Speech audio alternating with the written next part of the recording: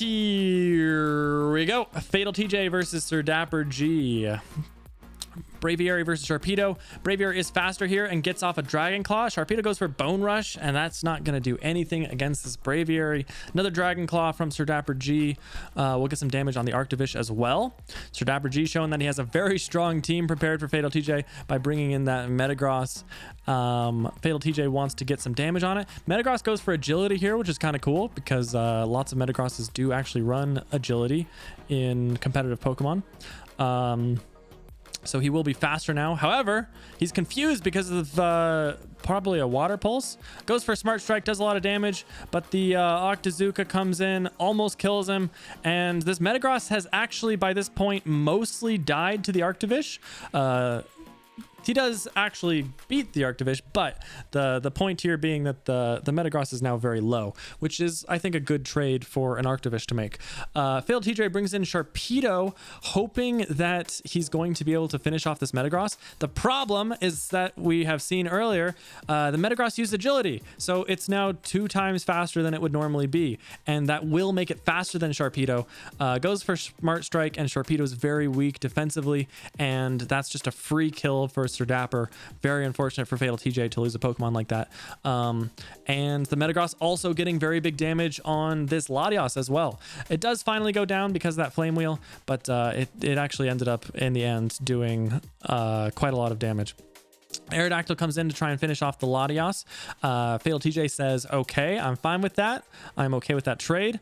And just goes for some damage on this Aerodactyl. Aerodactyl is a very scary Pokemon, so I can't say I blame him. This Latios will now go down to the Aerodactyl. Not quite, actually. It's got one last hit in him, and this Aerodactyl is mostly finished by this point, but the Latios is down. Actually, you know what? It's a little bit more complicated than that. Whoa, weird thing there. Okay, so weird things that just happened. 1, Aerodactyl has Milk Drink. Very scary. 2, this Latios had Psycho Cut. Look at how much more damage that Psycho Cut did compared to all the other attacks it was going for. If this Latios had gone for Psycho Cut earlier, this Aerodactyl would have probably not died. It was a crit, so that's actually definitely part of it. We'll see how much a non-crit Psycho Cut does. About that much, but it still was more than whatever attack it was going for before. This Aerodactyl is able to heal up against the Psycho Cut, but only just barely, so it's not really even making that much headway. And it is definitely running out of Milk Drinks.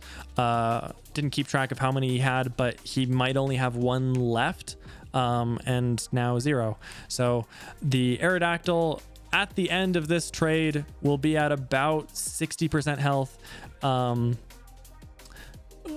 and has no more healing capabilities. So hard to say how good or bad of a trade that was. But either way, Golurk versus Dracovish now. FatalTJ does have to switch out. Goes into Lurantis, which is a pretty decent counter. He does have Horn Leech on his Lurantis, which is very nice, but that Braviary is still available for Dapper. FatalTJ trying to fight Braviary versus Mandibuzz. Kind of interesting to see those two Pokemon fight because they do, they're kind of foils for each other. They're very similar to each other. Mandibuzz does seem like it's going to lose, but maybe not. Hard to say. Dragon Claw doesn't quite kill. If the Mandibuzz is faster, this next crunch might actually kill it. And that is what happens. So this Braviary is taken care of, which is very nice for FatalTJ because that opens up his Lurantis a little bit.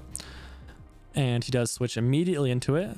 Let's see if SirDapper has a secondary answer, and he does. So probably the reason why Dapper was willing to trade out his Braviary for the Mandibuzz is because he knew that he had a Sense of Scorch available to fight the Lurantis. Anyway, little bit of switching out here and just kind of both teams weakening their opponents just a little bit, which does end up working in favor of SirDapperG because he has that lead already.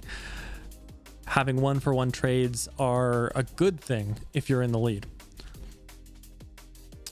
Golurk starting to get low a little bit. Not sure why the Dracovish went for a ground move there instead of a water move against the Golurk.